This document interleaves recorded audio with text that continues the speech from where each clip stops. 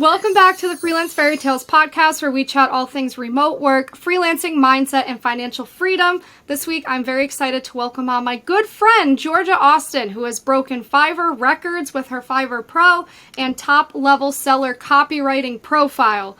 Say that 10 times fast. I had the pleasure of meeting Georgia through Instagram because of Clubhouse, no less, which I now hate that app, but I'm glad I met you, and was even able to cover how she scaled her Fiverr profile to $21K per month in just 3 months on the platform. I'm sure it's grown since then, so we will talk about that. Georgia is also the owner of Wizard of Content, an international copywriting agency, freaking killing it. Georgia, hi. Hi, it's so great to be here and see you again. I know. For everyone listening, Georgia and I send voice memos, we text each other, we bond over freelancing frustration, but we have never met each other in person, which is so funny today, that you can know someone well enough, you know?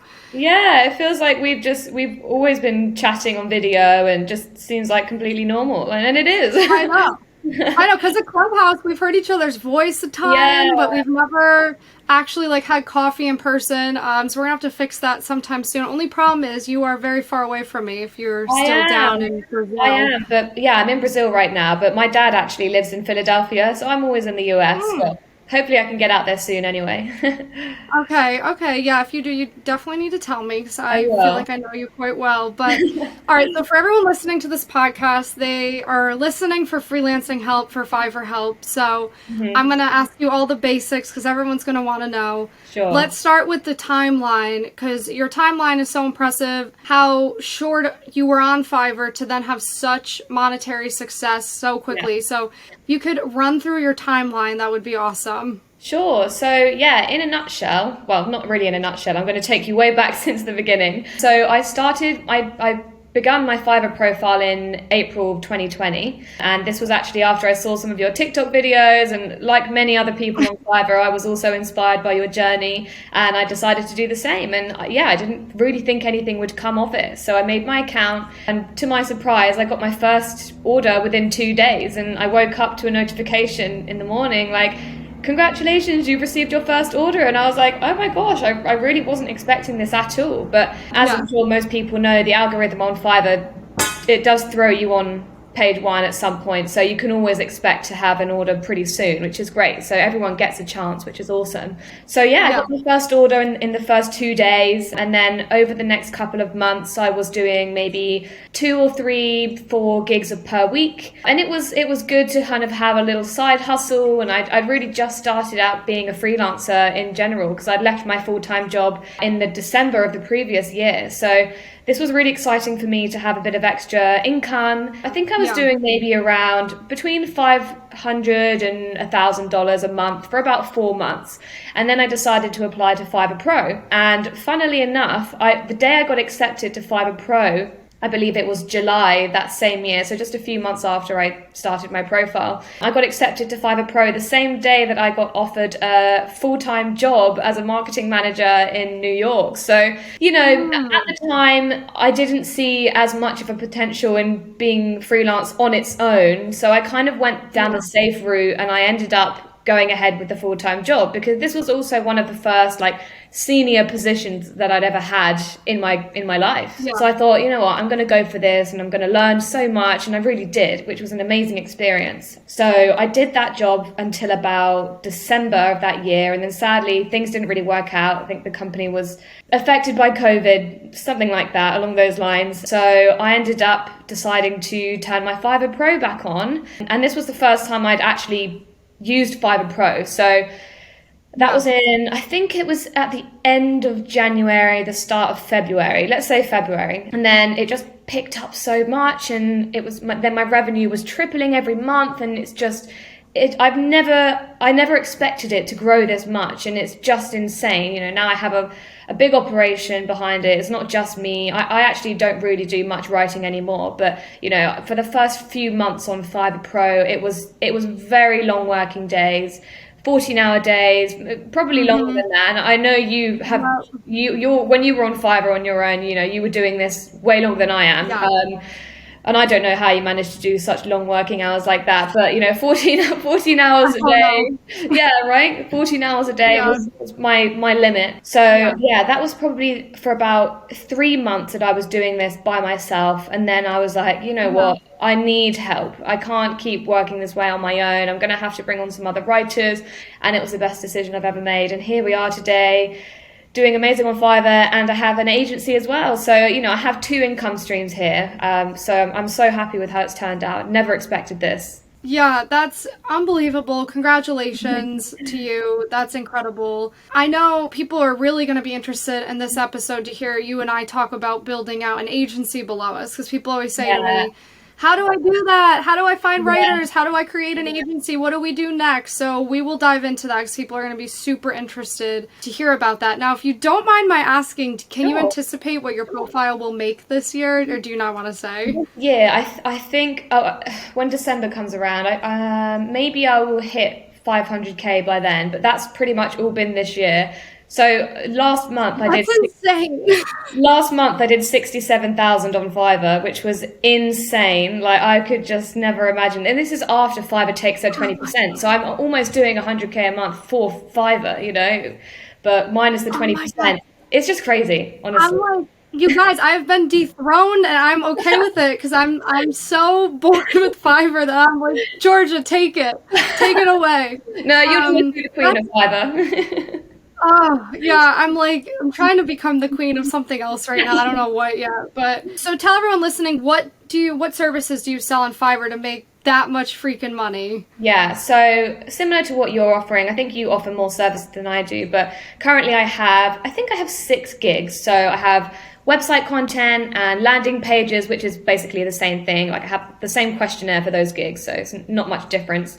Blogs, social media captions, product descriptions, Amazon listings, and I think that's actually it. I used to offer a keyword research gig, but that didn't really work out. So I prefer to have less gigs, and my website content gig is my most popular one. So that brings in so many orders. I think on average I'm doing around 20 orders a day, something like that. So it's a lot to deal with.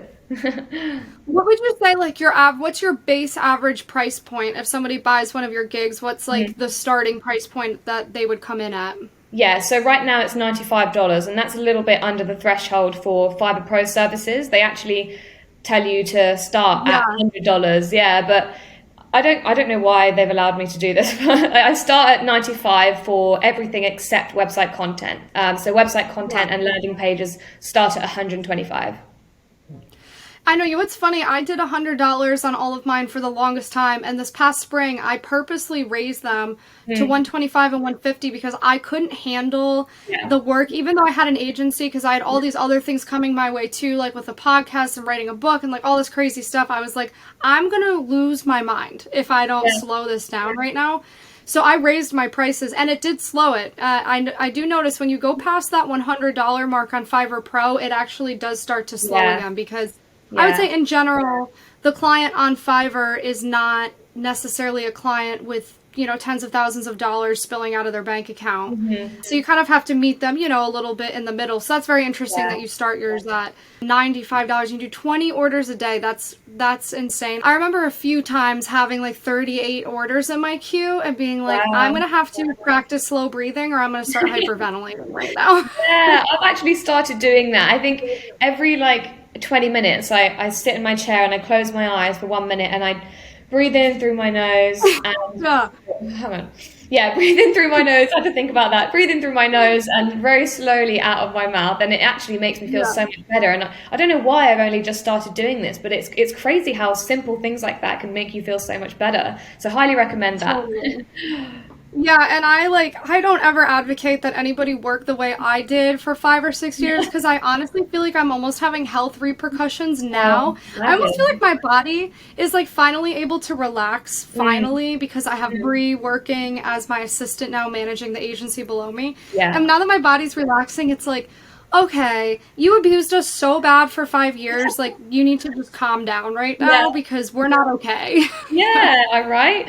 No, you have to move away from that at some point. And I think, anyone starting a business has to anticipate that you're going to have to put in grueling amount of hours to make it work. Like, if you're not willing to put that effort in, like, simply put, you're not going to build a business. I mean, maybe my assumption isn't so correct, but you have to put in so much work to make your dream happen. That's just the reality. It is. And when I'll create content online and I'll basically say that, a lot of people will almost attack me for saying it because they don't want to hear that. And I'm like, listen, I'm not like biased with this. Like, I'm just telling you what I know to be true. Do with it what you will. But I do believe at any point to have a business that's making $500,000 per year, you're going to have some sacrifice on the up and coming with it. And then there's always still a stress to it. And now we'll start talking about agency management. If you're not necessarily doing the writing all the time, that doesn't mean you're not still constantly babysitting your business. You can't just I think people think because of the 4-hour work week, you're just like, bye guys, I'll be back in a month. And like, that's not how it goes. Yeah, exactly. Yeah, no, you have to kind of go with the flow. If you want to do kind of what you and me are doing, you have to just go with the flow, support your demand, bring on people as and when you need. And people shouldn't be worried about hiring people. Like, it's actually easier to find people than you think. And you don't need to have people ready before you have the demand. You can just bring people on along the way. And I actually found a lot of my writers in your Facebook group, and that's a godsend, that group. It's amazing. Oh my I God. love that. I actually hired a graphic designer from your group yesterday. So yeah, it's great. Oh my God. You know what? That gives me an idea. Maybe I should be like posting about that. Like, come join my Facebook group and like tap into talent or something. Yeah. For sure. That sounds kind of inappropriate in a weird way, but I'll make it sound better, all right, when I have time. But all right, so people always say to me, I need help. Where did you find your writers? They always say that to me. Where did you find your writers? For me, I just go on Instagram. I literally post in my Instagram story, I'm looking to hire, and I will get 200 resumes in my email. Yeah. I understand I have, a bigger social following than a lot of people, so maybe that's easy for me. But I still believe the average person could just go onto LinkedIn and post, like, I'm looking for a part-time writer to help me out. I just believe someone would still contact them. Yeah, absolutely. Yeah, there's so many ways to find talent.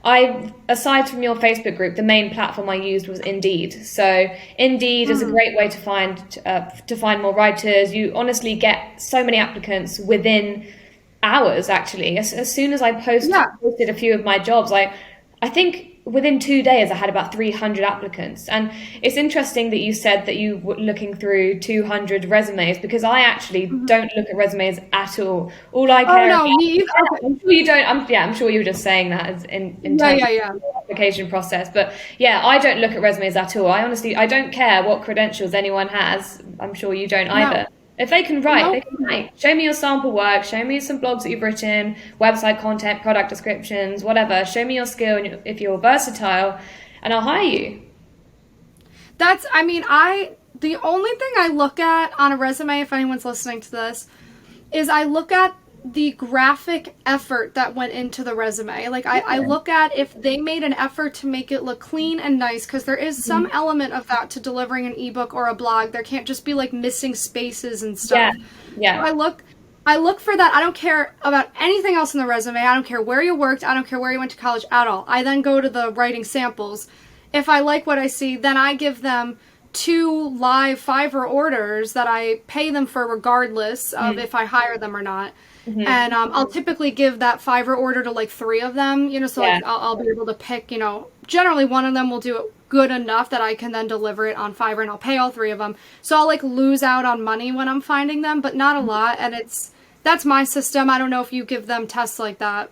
I do give tests, and usually they're also live orders on Fiverr. I actually don't pay for the tests, but I don't always make them do the full order. Like, I'll make them do like a few hundred words of it, for example, kind of like a snippet of the whole thing.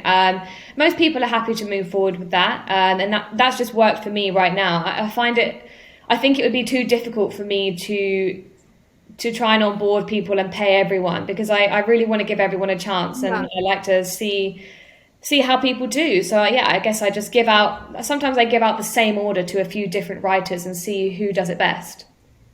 Yeah, exactly. And then I put my people into Slack. Do you use a Slack Yeah. channel? Yeah, I use Slack because, Yeah. oh my gosh, I love Slack. I really want to upgrade Oh, because there's some other clients that I have, and there's a feature where you can invite them to your board or something like that. But yeah, I think it would be too difficult for me to do that because I have so many freelance writers in my platform. It would just be so expensive. But yeah, Slack is yeah. amazing. Yeah, I know. And for me, I've always maintained a small amount at a time. For a while, I just had one writer who was amazing. He was with me for almost 3 years. He actually just left last month to take a full-time job. So that was a huge blow to me because this guy knew everything about my business. Like, I didn't have to explain anything to him. So I now currently work with just three women actually. So I don't know, do you keep more typically? Yeah, so we have a few kind of full-time writers, if you want to say that, even though it's freelance, there's still kind of a few full-time people. But then we do have like a bunch of other people who are like either specialists in their industries or generalists even, just so we have backups should anything go wrong, should something not be available. I prefer to have more people available than work just because I'm really bad under pressure sometimes, and I just want to know that there's somebody there who can help if I really need them. So I have about 50 people in my Slack right now. Wow, okay. So you're inspiring me now to go back to my resume pile and maybe get a few more. Yeah. Yeah, because we had our first situation actually 2 days ago where I had to step in and do a bunch of them because everyone took time off at the same time. So I was like, all right, maybe I need to get a few more in here so that doesn't happen in the future. Because I'm just like, I don't want to write the crowdfunding campaigns anymore, for the love of God. Please. I know. So I have right now, so I have Bree. She does the allocation of the work for me. So like right now while we're chatting, she's literally in my Fiverr allocating the work. Do you have like an agency manager or is it you? I do, yeah. So initially it started out as just me and actually one of my best friends from back in the UK. And we both worked for the same agency before this whole Fiverr thing happened. So we both had experience in copywriting already and things like that. So he was a great help at the start. And then he ended up doing more writing. And as the demand picked up, I ended up hiring an operations manager. And she is amazing. I could not do this without her. She is like incredible, and I really hope she sticks around. I love her. Yeah. That's me because I haven't really wanted to trust anyone going into my Fiverr, but Bree, I'm at her house right now, who's my best friend from like childhood. Yeah. I trust her going into it, so it's perfect. She like quit her job literally to come work with me full time in June. And I have more like free time than I've ever had before. When I say free time, I'm still literally doing stuff like 8 hours a day, but I consider a busy day like a 16-hour day. Mm-hmm. So there's like I'm like making like candles now and stuff because I don't even know what to do with myself. I'm like used to dying. I saw that you're really into your holistic healthcare, and I also am Yes. interested.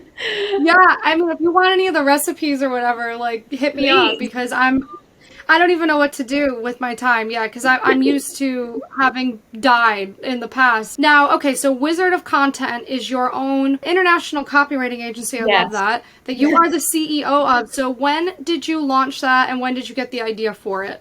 Yeah, so this was all kind of in conjunction with the Fiverr account. So Wizard of Content, primarily we function, through the leads that we have on Fiverr, but we're actually trying to move a little bit away from that. So I still think we'll be using Fiverr for the foreseeable future. I don't have plans to come off the platform at all right now, but should everything go well with kind of client outreach and sales on the Wizard of Content side of things as an actual agency with no relation to Fiverr, then perhaps we will move off at some point. So yeah, all the writers in my team are doing orders from Fiverr, but we also do have a few retainer clients outside Fiverr. So I'm just trying to balance the playing field a little bit. So, whether that's 50% income from Fiverr, 50% income from Wizard of Content, and hopefully it will the scales will tip a little bit as time passes. But we've just started doing the outreach now. I've just finished my new website, so everything's ready to go. We have our strategies in place, and I'm just fingers crossed it works out. So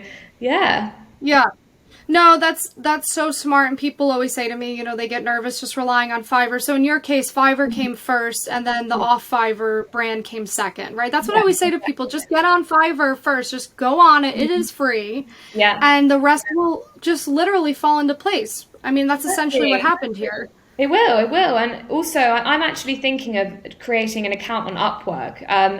I'm not sure how it's going to work out, and obviously, I'm not really excited by the fact that they take 20% of your profits. But apparently, it's quite good to find warm leads, and it makes sense, So I might give it a go and see how things work out. I think I made an account on Upwork around the same time as I made my Fiverr account in 2020 last year. So. It didn't really work out for me at the time, but I'm going to make a new account under the agency's name and see how things work out. It might work, it might not. Yeah. You got to try, right? I have been actually considering the same, but I've been, because I have Bree and, 3 new writers. They're all brand new. So I've just been kind of giving them like some time to just get used to the system and everything. So I don't want to like overwhelm them and have anyone quit or anything. Yeah. But I think Bree's like all settled in now. So I'm going to be like, all right, do you want an Upwork profile? And also LinkedIn service pages. They said they were going to launch their freelancing platform this month, but it doesn't appear that happened. Yeah, I'm guessing. I didn't see that. That's a shame. Yeah. I mean, I'm excited for when they do, because I do believe there's going to be a lot of business flowing through that. And I think a lot of higher paying clients will be flowing through that platform. Probably December, I'm guessing now they've pushed it to. Yeah, I think so. There's just a different client base on LinkedIn. So I think it's important to also use different channels and just see what works best for you, because you're going to have to do, trial and error, see where you have the highest success rate. So I'm definitely going to try a few different platforms and channels and see which works best for me. For the clients that you manage outside of Fiverr, because I have a few too, they're just kind of floating around like my email inbox. I could be way better about organizing them. People would probably want to ask you, how do you organize the clients outside of Fiverr? Like, is there a payment processing site you use or anything? Yes. Yeah, so currently we use Stripe to process payments. It's super fast and easy to use. They take a 3% fee per transaction, but it's way better than what you have in Fiverr, and people know the Stripe brand, so they're more comfortable paying that. So I would rather my client feel comfortable and I take a slight loss rather than asking them to pay me as like PayPal friends and family, for example. Not that PayPal's untrustworthy, but I think it's just more professional to use a more credible platform for payments, especially when you're outside of like a third party. So using Stripe to process payments, and then we're using Trello to manage the content management. But we're also thinking of moving over to Monday, because we've kind of got to the point where Trello's not really working out so much anymore. And Monday seems to be better suited to larger organizations. So we're going to test it out. We're kind of beta testing it right now with a few of our full-time writers. And we're going to see how things work out. And I hope it does. Yeah, I've been in Monday doing work for PR clients outside of Fiverr. I've been in their Mondays, and it's pretty straightforward how work's allocated, and you can even assign it to each person. They can give you an update on the status of it. And I would probably use that one if I was trying to scale an outside of Fiverr thing.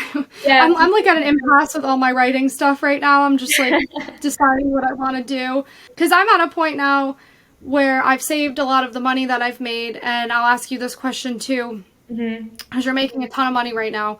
Are there any special investments that you're trying to make with it, or is there anything you're doing to manage that money, or are you just letting it kind of chill? Because that's what I did for a few years, because I was like freaked out almost, and now I'm like doing stuff with it. You know what? It's funny you say that, because I actually forget to pay myself. Like, I know this sounds so bad, but I have a business bank account. Obviously, all the money from my Fiverr kind of flows through to Payoneer, which then flows through to my UK bank account. But I just forget to pay myself. I just keep the money like piling up in there, and then I pay my employees through that account. But I don't pay myself, and I know that's a really stupid idea, and I'm probably going to regret doing that. But I'm going to get back into paying myself more regularly. But I just had kind of money piling up into that account. But regarding the investments, I have actually made. It's not a typical investment that you're thinking of, but I have just paid like a quite a lot of money to set up my company in Dubai. So I've just set up my company there. Okay. You know what? My company is 100% digital. Everyone's remote. I'm actually also moving around all over the place. So if I'm going to be moving somewhere else, I'd rather just dealing with my own taxes rather than dealing with changing corporation tax and setting up my business somewhere again, Yeah. It makes more sense for me to base my company in like a free zone, or, somewhere where we're not restricted geographically. So that's what I've done for now, and I hope it works out. I think, I chose between that or Gibraltar.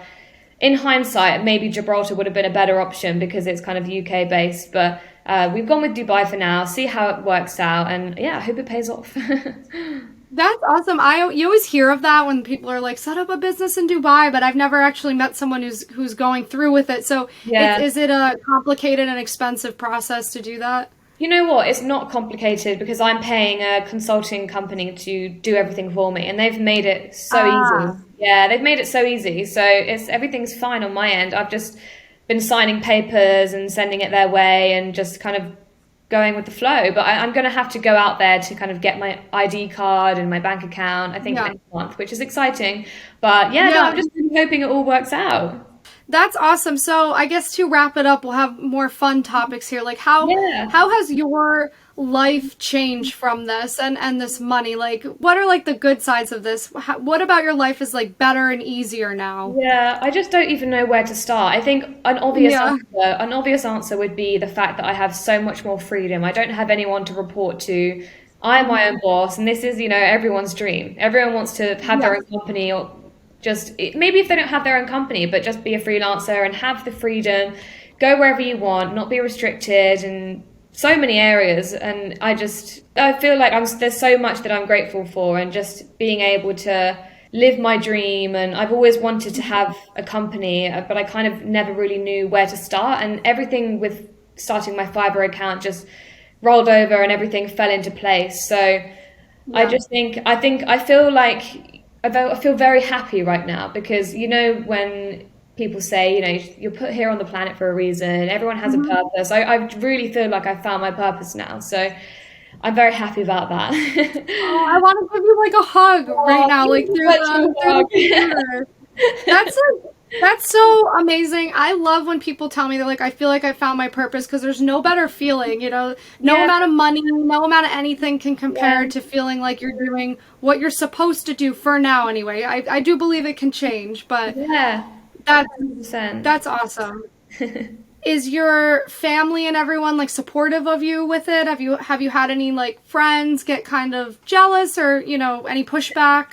No, I've not really had any friends getting jealous. Everyone's so supportive. My family is so supportive, and me and my dad are in kind of a competition because he's like, "Oh, I think you're gonna hit 1 million before me," and me and my dad are both very business driven. I definitely get my work ethic from him, and I was the only person in my family who went to university out of me and my siblings, and yeah, me and my dad have a lot in common, and we're both very business driven, and he's so supportive of me, and he's really happy that I finally found something that works for me. So I'm sure he'll be an investor in my company one day.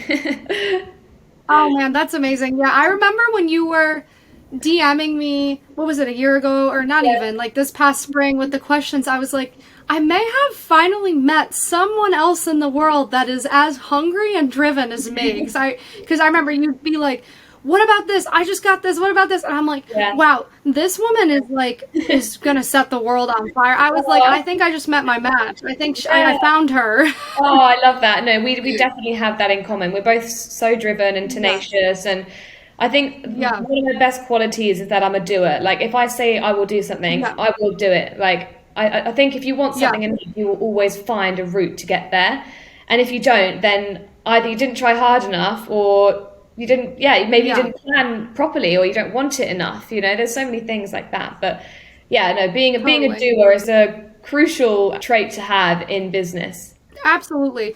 No, I mean, all the time when I'll meet people who aren't really ready to be doers and they're like, do you think I'll be successful at freelancing? And I'm like, I'm not God, I don't know, but you do have to adopt a certain amount of, I'm going to make sure this gets done today and that's final. That's how I am in my head. If I decide I want something or if I decide I'm going to fix something, there is no, well, what if I don't fix it? Nope, that doesn't exist. It shall be fixed. That's just like how I There's no think. other option. No. So to end this, for everyone listening, what would be 3 tips you would give someone who wants to get on Fiverr and make all of this happen for themselves? I think firstly it should start with the obvious. Just have good gig photos, have a picture of yourself on the gig, and just make sure the buyer feels comfortable working with you. Because if you just have like something you've made on ClipArt, if anyone even uses that, or Canva, like it's a random picture with saying freelance writer, like I don't think people are going to feel enticed to click on that. So put a face to the username and make people trust you. Second, on Fiverr, respond to people quickly. I think my response time is under 1 hour, and part of my success on Fiverr is being able to reply to people very quickly, keep things moving. That's so important. And finally, just be ready for a heavy workload. Like hopefully if people get enough orders, just keep going, keep delivering things in a timely manner, the highest quality you can. Maybe even send your work to a parent or a friend to check it before you submit it back to the client, and just keep people happy, keep communication going, and I really don't think you'll have a problem, honestly. No, I mean, there you have it. Honestly, I feel like there should be more press about you out there with the records that your profile is breaking. Maybe this podcast will help, because I feel like there should be like a big news article about this. Have you ever considered writing to Fiverr and like pitching anything? Well, yeah, me and Fiverr actually work together sometimes. So they actually got me a press release with a company in the UK. So I actually speak directly with their PR company. So, you know, maybe I can speak with them again and they can do another story, but we have already been in contact. And I actually was on the CEO of Fiverr picked me to be on the front cover of their investor magazine last month, which was so exciting. Oh my God, I feel like you have to, did you share this on Instagram? No, I didn't see it. Why? I feel like you underutilize your Instagram. I'm like, Georgia, you gotta share this. I would have posted that. I had no idea. You have to send me that. That's amazing. Sure, yeah, I'll send that to you. But I do agree. There are times where I start thinking about posting freelance videos and things like that. But I don't know what it is. I just hold off from doing it. Maybe I don't have the mental capacity to think of new ideas all the time. But on the other hand, maybe if I post one video, and I'll hold myself accountable and stay consistent about it. But I'll definitely try to start that, I promise.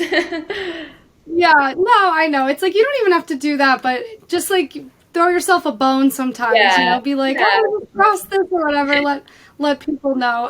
Okay, so for everyone listening, where can they go to do business with you, and where can they go to follow you on social media?